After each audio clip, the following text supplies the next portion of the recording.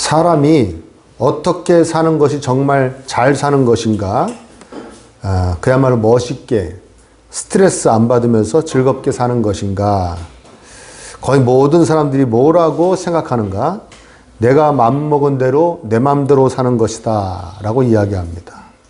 그리고 거의 모든 사람들이 이 말에 또한 동의합니다.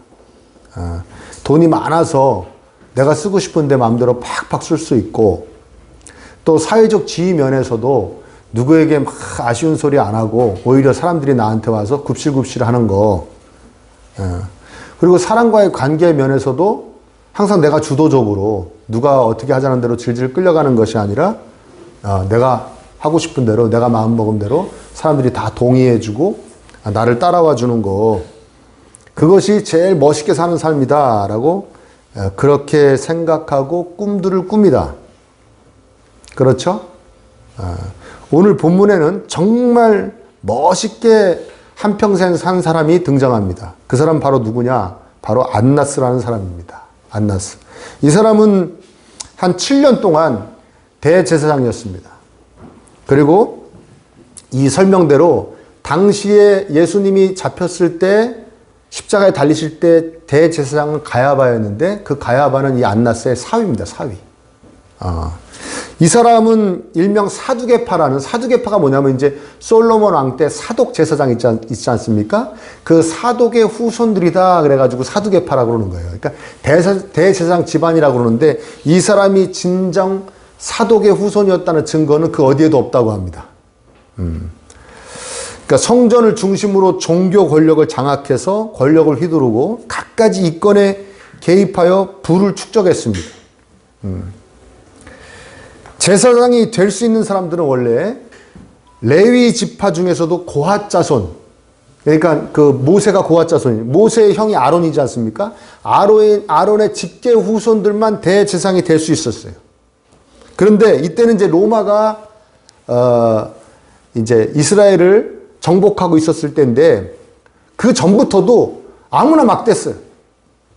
제사장직을 막 돈으로 사기도 했습니다.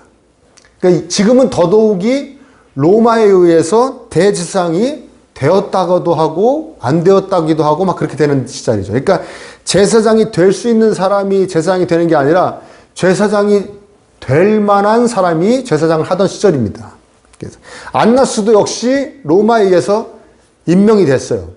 안나스가 임명되고 뭐 여러 가지 또 정치적 이유로 자기가 해임 내려올 수밖에 없게 되니까 어떻게 했느냐? 원래 대제사장은 죽을 때까지 하는 거거든요. 그래서 세습하는 거거든요. 요걸 핑계로 지금 한국교회 목사들이 세습을 하고 있어요. 자기들이 대제사장이라고. 아무튼 세습하는 거기 때문에 자기가 죽으면 아들이 하는 건데 자기가 어떻게 정치적으로 뭐가 돼가지고 해임되니까 자기 아들 엘르아살이라는 사람을 대제사장으로 세웁니다. 그래서 이 엘르아살이 한 3, 4년 해먹어요. 그 다음에 이 엘리아살이 또 뭐 정치적인 이유로 해임되게 생기니까 어떻게 하느냐? 아주 똑똑한 자기 사위 가야바를 대제사장으로 앉힙니다. 이 안나스가 다 지금 하는 짓이에요. 그래서 안나스는 이 사위는 거의 18년을 해먹어요. 이 가야바라는 사위는. 그리고 이 가야바가 해임되게 돼요. 그러니까 누구를 세우느냐? 안나스의 또 다른 아들인 요나단이라는 사람을 또 대제사장으로 세우고 또 다른 아들을 세우고, 그래서 자기를 비롯한 거의 5명이 대제사장직을 차지합니다. 수십 년을 대제사장직을 해먹은 집안이 이 집안이에요. 그 뒤에는 안나스라는 존재가 있는 것이죠. 정말이지 세상적으로 대단한 사람입니다. 이스라엘 최고의 권력자예요. 할 수 있어요. 그런데 문제는 뭐냐? 자기가 로마에 의해서 지금 힘이 있기 때문에 로마에다가 끊임없이 돈을 바쳐야 돼요. 그러니까 돈이 많이 필요하겠죠. 그래서 이 안나스가 성전을 강도의 소굴로 만든 사람입니다. 여러분, 복음서 4권에 다 등장하는 이야기가 그렇게 많지가 않아요. 복음서 4권이 뭔지는 아시죠? 네.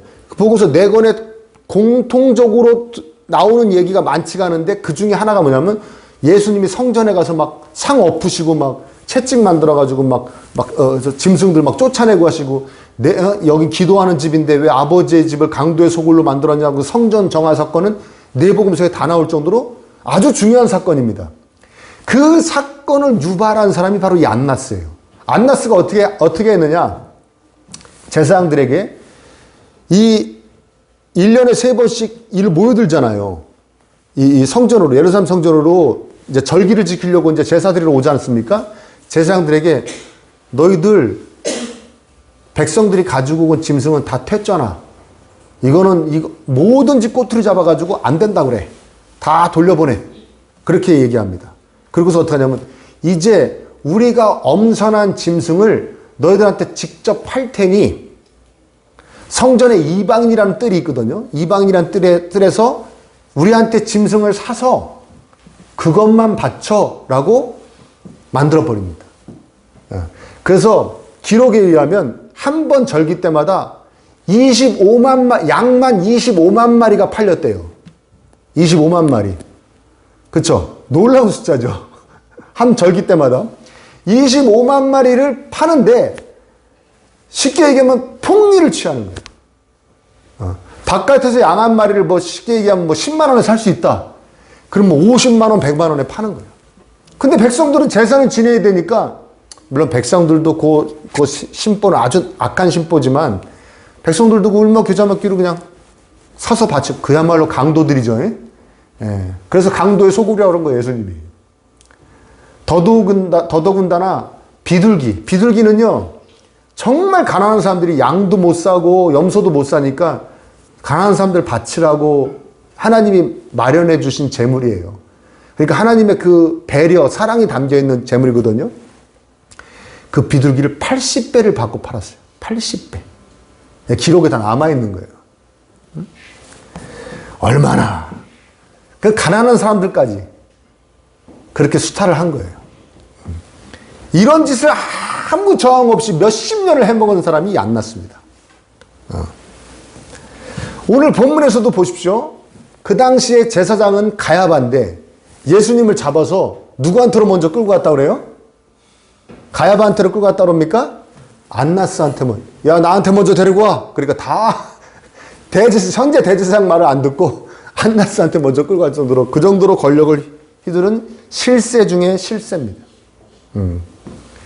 그야말로 안나스는 삶이 자기 마음대로 되어 왔고 지금도 되어가고 있고, 그래서 예수님 잡아왔잖아요. 그리고 앞으로도 되어갈 것입니다. 십자가에 못 박아 죽여버릴 것이니까, 예수님을. 자신이 정말 마음먹은 대로 모든 일이 되어져 가는 게 안나스예요. 근데 기록에 의하면 예수님의 친형제 야고보 있지 않습니까? 야고보서 지은 야고보도 이 안나스가 돌로 때려 죽였대요. 그러니까 예수님의 집안에 2명의 아들을 죽여버린 사람이 이 안나스입니다. 세상에 이렇게 멋있게 산 사람이 없어요. 자기 마음대로 살았습니다. 자기 하고 싶은 대로 다 하며 살았습니다. 반면에 정말이지 자기 마음먹은 대로 되지 않는 사람이 또 한 명 여기 등장합니다. 그러니까 이거 재밌는 구절이에요. 이게 요한복음 18장 12절에 18절은 재밌어요. 그게 누굽니까? 베드로입니다. 베드로.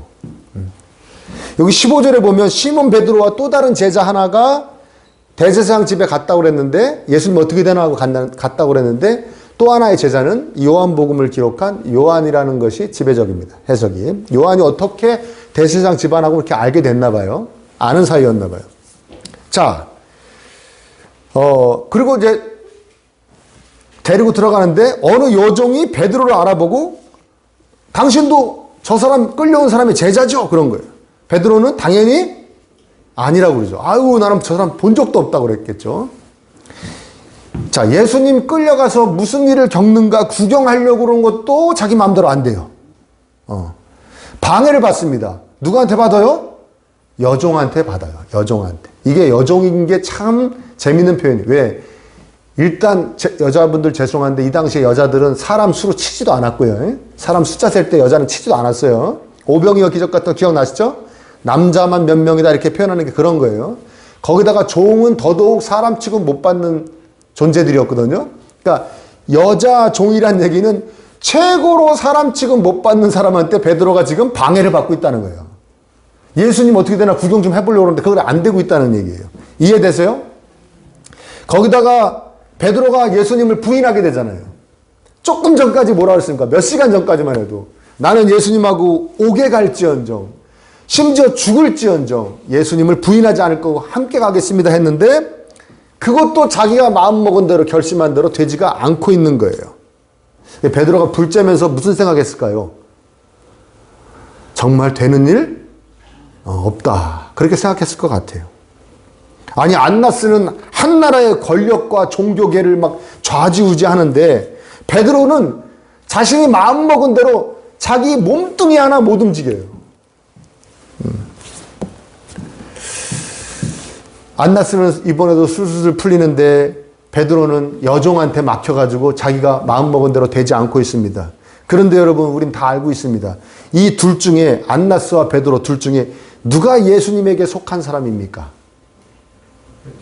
베드로죠. 누가 예수님께서 원하시는 사람입니까? 베드로죠. 예수님께서는 여러분 명심하십시오. 당신의 백성들이 자기 마음대로 사는 것을 원하지도 않으실 뿐더러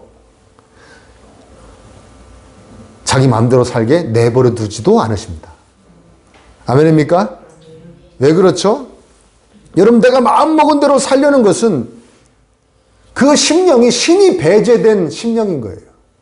내가 마음먹은 대로 내 마음대로 살고 싶다는 것은 신이 배제된 것이죠. 자기 마음대로 사는 인생에 신이 왜 필요합니까? 그렇죠? 자기 마음대로 되는데 신이 왜 필요해요? 내가 마음대로 살겠다는 것부터가 자기가 주인되고 세상의 중심이기 때문에 신이 배제됐는데 그러면 조금 양보해서 내가 마음먹은 대로 살 수 있게 도와주십시오 당신이 라고 신을 개입시켰다고 하더라도 자기가 마음먹은 대로 안 될 때는 신이 필요하겠지만 자신 마음먹은 대로 잘 되면 신이 필요하겠습니까? 안 필요하겠습니까? 안 필요하죠. 하나님께서 당신이 우리의 삶에 우리의 심령에 개입이 안 되는데 그것을 허락하실 리가 없지요. 우리의 주인 되신 분이. 이해되십니까? 네. 자꾸 자신이 마음먹은 대로 되어지면 사람은 교만해질 수밖에 없습니다. 모든 것이 자신이 잘나서 열심히 해서 내 마음대로 되는 거라고 착각하게 돼요. 그리고 심지어는 그렇게 못하는 사람들, 나는 왜 이렇게 되는 일이 없어 내 마음대로 안 되라고 하는 사람들을 은근히 무시하고 심지어 경멸하게까지 됩니다. 사람이 마음대로 되지 않을 때 이게 다 내 마음대로 되지 않는 거구나. 나는 내 마음대로 하며 살 수가 없는 존재이구나. 깨닫고 무언가를 진심으로 의지할 수 있게 됩니다. 그래서 하나님은 우리에게 내 마음대로 되지 않는 것을 허락하시는 거예요. 이해되십니까? 네. 내 마음대로 잘 되어져 왔다고 여기는 사람은 진정 다른 이의 도움을 구할 줄 모릅니다. 여러분, 여러분의 삶을 잘 되돌아보세요. 어떤 사람을 진정으로 의지해 본 적이 있습니까? 난 이 사람밖에 도와줄 수가 없어. 그게 뭐 부모님이 됐던, 뭐 배우자가 됐던, 친구가 됐던, 형제자매가 됐던, 나 이 사람밖에 없어. 이 사람이 날 도와줘야 돼. 안 그러면 나 큰일 나. 진심으로 의지해 본 적이 있냐는 얘기예요. 이거는 사람을 연구하는 분들의, 사람의 심리를 연구하는 분들의 이야기인데요. 자기가 자기 뜻대로 잘 이렇게 일이 풀어지고 있는 사람은 그 상태에서 주변 사람들이 도와주잖아요. 그거를 도움으로 받아들이지 않는데요. 뭐라고 받아들이냐면 나한테 지금 협조하고 있는 거야. 내지는 내 지시를 지금 잘 따르고 있는 거야 라고 생각하게 된답니다. 뭔 얘기인지 알고 들으시는 거죠? 자기가 잘 나가고 있는 사람은 주변에서 분명히 도와주고 있는데도 이게 나한테 지금 협조하고 있는 거야? 내 지시대로 잘하고 있는 거라고 생각하게 된답니다.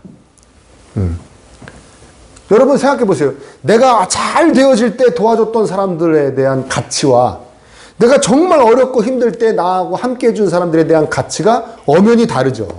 그래서 여러분 우리 가정도 그렇습니다. 부부 관계도 그렇고요. 부모 자식 간의 관계도 그렇고요. 즐거움만 있는 게 그렇게 좋은 거 아니에요. 그 가정에 아픔도 있고 어려움도 있는 게 그게 하나님 보시기엔 더 좋은 거예요. 왜? 결속력이 생겨요. 아멘? 그냥 좋기만 해갖고 서로 좋다 하는 사람들은요, 무슨 일 한번 빵 터지면 팍 흐트러져 버려요. 푹 주저앉아 버려요. 근데 즐거운 일도 있었고 어려운 일도 함께 겪었고 이렇게 막 고락을 함께한 가정은 웬만한 일에 꺾이지도 않고 오히려 더 똘똘 뭉쳐가지고 그것을 이겨낼 수 있습니다. 아멘? 그러니까 우리가 뭐 가정에 어떤 문제가 생겼다, 어려움이 생겼다, 부부간에 문제가 생겼다, 부모 자식 간에 문제가 생겼을 때 할 때 너무 슬퍼할 필요가 없어요. 내 마음대로 내 뜻대로 되지 않는 상황에서 우리는 다른 사람의 도움의 진가를 깨달을 수가 있습니다. 아, 정말 진심으로 감사하다. 이렇게 도움을 주니.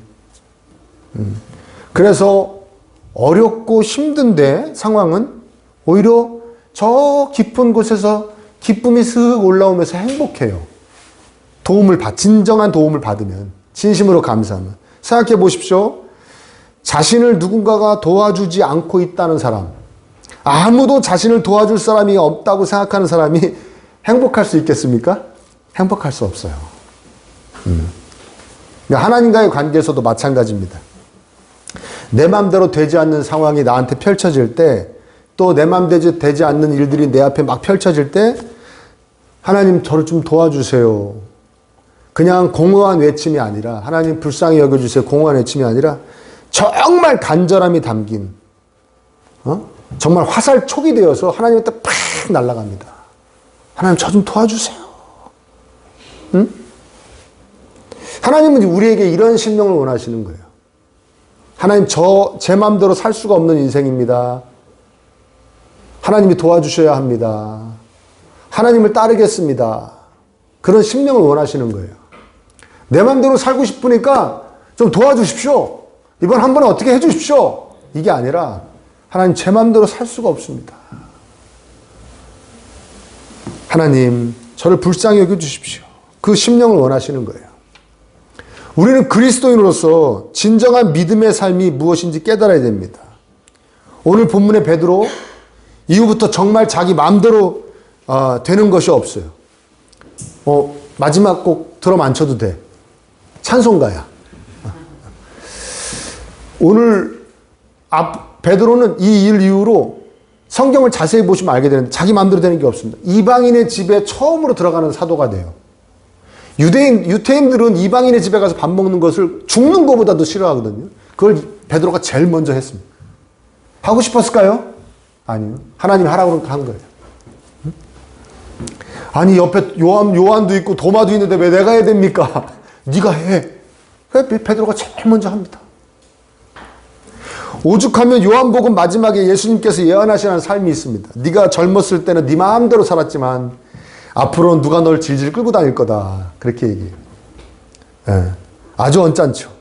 베드로도 그렇고 사도 바울 목사님도 마찬가지입니다.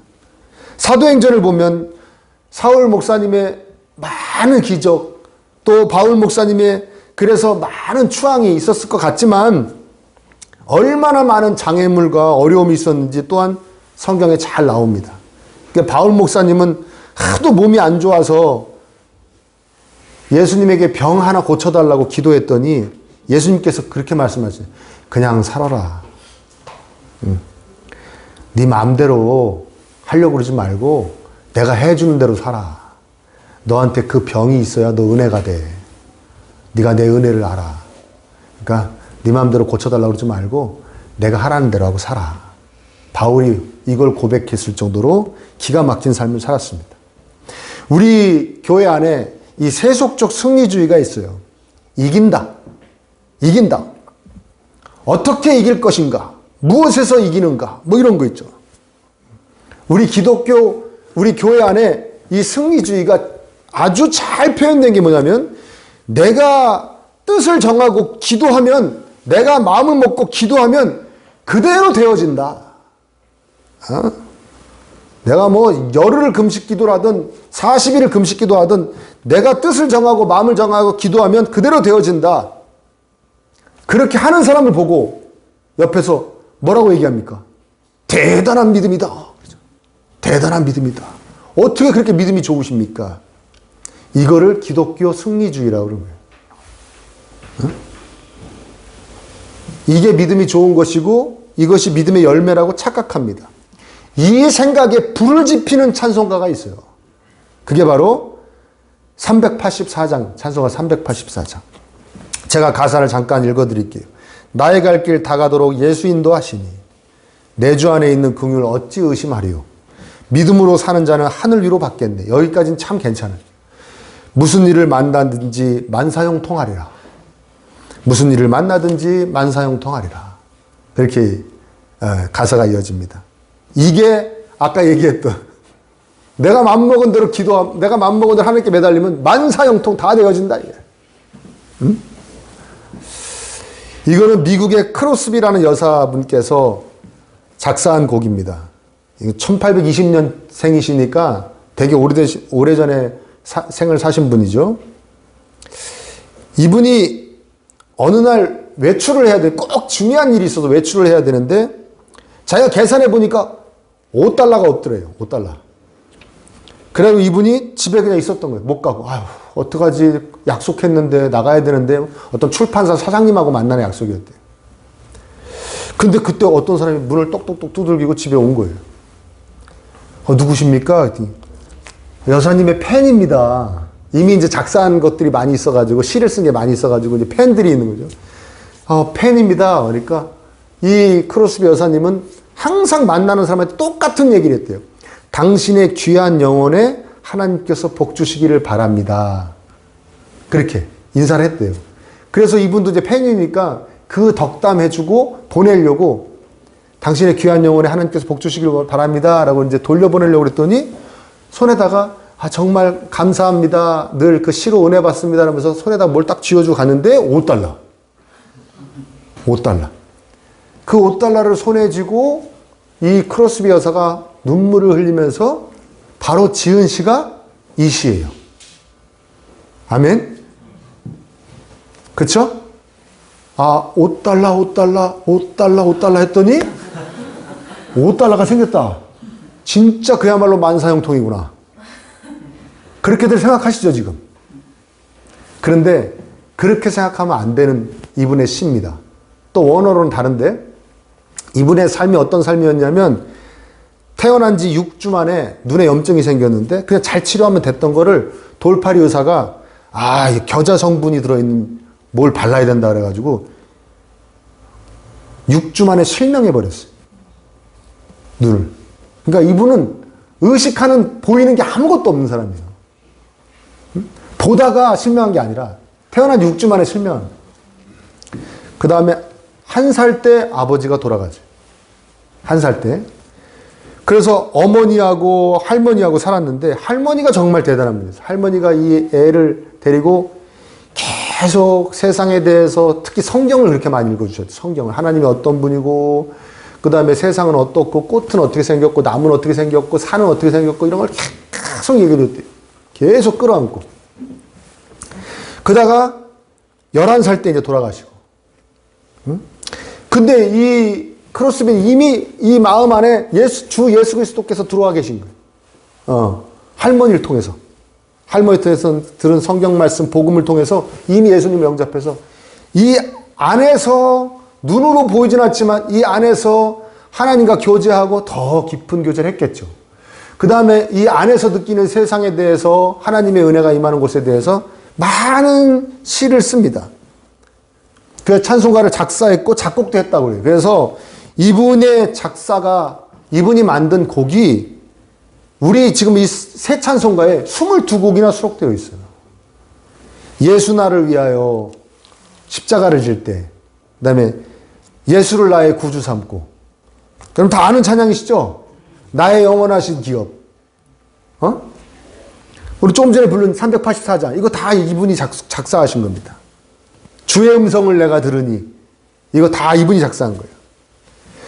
근데 그 작사료로 받은 게 한 편당 평균적으로 따지면 $1에서 $2밖에 안 됐대요. 세상에 그거 만나러 간 여비도 안 되는 거죠. $1, $2밖에 안 됐는데 그럼에도 늘 구제에 힘써서 가난한 삶을 사셨습니다. 이 여사님은.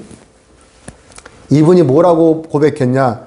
하나님이 나에게 천사를 보내주셔서 나의 마음을 만져주시고 앞이 안 보이지만 절대 주눅들지 않게, 불행하지 않게 나의 마음을 늘 위로하셨고, 그 다음에 나의 입술을 지켜주셔서 부정한 말, 부정적인 말, 남 헐뜯는 말 안 하게 해주셨고, 그 다음에 나의 식욕을 지켜주셔서 조금 먹어도 살 수 있게 해주셨다. 그래서 나 조금 먹고 다른 사람들 많이 먹일 수 있게 해주셨다 라고 표현할 정도로 그런 삶을 사신 분입니다. 자, 만사형통하고 거리가 있습니까? 없습니까? 거리가 많죠. 그렇죠? 만사형통은 아니죠. 이분은 정말 막힌데 꼬일 대로 꼬인 인생이죠. 그렇죠? 5달러가 필요해서 5달러 했더니 5달러 주셨네. 그래서 역시 5달러 주시는, 내가 필요한 건 다 주시는구나, 내가 마음먹으면 다 해주시는구나가 아니라 원어 가설을 번역하면 이겁니다. 나는 그를 믿음으로 여기에 거합니다. 왜냐하면 나는 알기 때문입니다. 예수님은 나한테 무슨 일이 닥치든 잘 되게 하십니다. 그걸 우리나라가 뭐라고 번역했다고요? 만사형통이라고 번역한 거예요. 내가 맘먹은 대로 다 되어진다고 생각하게. 물론 만사형통이 그런 뜻도 아닐 수 있겠지만, 이분이 하신 말씀은 예수님은 항상 나를 어떠한 상황 가운데도 무슨 일을 만나도 선한 곳으로 인도하시더라 이래요.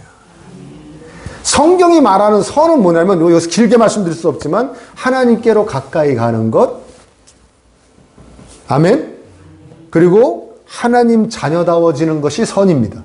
그러니까 이 크로스비 여사가 얘기하는 건 뭐냐면, 내가 예수님의 인도하심을 따라 막 살아가는데 예수님이 나를 막 끌어주시는데, 나에게 무슨 일이 닥쳐도 그걸 다 예수님은 내가 하나님께로 가까워지고 내가 하나님의 자녀다워지는 것으로 바꾸어 주시더라. 그리고 내가 예수님의 인도하심을 받아서 이렇게 묵묵히 막 살아가니까 그렇게 살아가는 삶 가운데 나의 필요를 예수님께서 채워주시더라. 그 필요 중에 하나가 뭐다? 5달러다.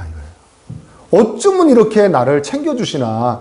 그분의 사랑이 느껴지고 그분의 은혜가 느껴져서, 그래서 울면서 지은 시가 바로 이 시인 거예요. 만사형통이 아니라. 이해되십니까? 그렇죠? 이분에게는 그런 삶이 잘 사는 삶이라는 거죠. 그리고 하나님께서도 말씀하시는 겁니다. 네 마음대로 하고 싶은 건 자꾸 막히고 네가 나를 따르라는 길이 자꾸 열리는 거, 그게 너한테 형통이야. 넌 그런 삶을 살기를 원해야 돼. 여러분, 이 시간에 여러분 스스로에게 물어보십시오. 나는 안나스 같이 살고 싶어 하나? 아니면 베드로 같이 살고 싶어 하나? 예수님께서 우리를 위하여 피 흘리실 때, 목숨을 내어주실 때, 우리가 내 마음대로 사는 인생들이 아니라 예수님 마음대로 따라가며 사는 인생이 되기를 원하셨다는 걸 명심하시기를 바랍니다. 하나님 뜻에 맞게 내 소원이, 내 마음이, 내 생각이 정화되고 수정되고, 그래서 성숙해져 가는 것, 이것이 그리스도인의 성숙입니다. 이게 믿음이 좋아지는 거예요. 내가 마음먹은 대로 되는 게 믿음이 아니고, 내 마음이 예수님으로 인해서 정화되고 바뀌어지는 것, 그걸 기꺼이 받아들이고, 아유 감사합니다, 이렇게 해서 저를 선한 것으로 하나님께로 인도하시는군요 하고 묵묵히 따라가는 것이 바로 좋은 믿음이고 성숙한 그리스도인이죠. 여러분, 살면서 마음대로 되지 않으면 당연히 힘들죠. 깝깝하고 어렵고 화도 나고 정말 마음대로 되는 거 없습니다. 따져보면 내 마음대로 안 되는 게 더 많았을 수 있어요. 안 되죠. 특히 다 내 마음대로 안 되지만 내 주변에 있는 사람 참 내 마음대로 안 되죠. 그렇죠? 그래 안 그래요?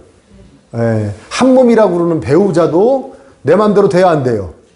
예, 그냥 그래서 의리로 살게 되죠. 그렇죠? 내 마음에 쏙 드는 존재로 못 만들죠. 거기다가 자녀, 이거는 뭐 진짜 뒤집어지죠. 자녀 진짜 내 마음대로 안 되죠. 그리고 나중에 그 자녀가 찾아와가지고 그러죠. 아, 진짜, 새끼들은 내 맘대로 안 돼요, 아버지. 새끼들은 내 맘대로 안 돼요, 어머니. 이러면 또, 씩 웃게 되죠. 정말 내 맘대로 안 됩니다. 내 앞길, 내 진로, 또 가족이 아닌 다른 사람과의 관계 내 마음대로 안 됩니다. 그러면 정말 캄캄하고 앞길이 캄캄하고 어렵고 짜증도 나고 화도 납니다. 그럴 때 어떻게 해야 합니까? 여러분 하나님께 무릎 꿇으시길 바랍니다. 하나님께 무릎 꿇으십시오. 우선 힘들다고 하십시오. 솔직히. 내 마음대로 됐으면 좋겠는데 나 왜 베드로 같이 살아야 됩니까? 힘듭니다. 그리고 더 나아가 내 마음대로 살고 싶어하는 이 마음을 하나님 어루만져서 고쳐주십시오. 하나님 마음대로 사는 존재가 되게 해주세요. 하나님의 인도하심을 따라 살 수 있는 심령으로 바꾸어 주시옵소서 하고 기도하시기 바랍니다. 그래서 예수님의 인도하심 안에서 하나님의 도움의 손길을 느끼는, 아, 어쩌면 이렇게 묵묵히 따라갔더니 다 챙겨주시냐. 아, 이게 만사형통이구나. 하나님 열심히 따라갔더니 다른 거 다 내 맘대로가 아니라 하나님이 필요한 거 다 챙겨주시는 이 삶, 만사형통의 삶, 그런 삶 살아가실 수 있기를 이 예배 시간에 간절히 축복합니다. 그렇게 기도하시며 나아가시길 바랍니다.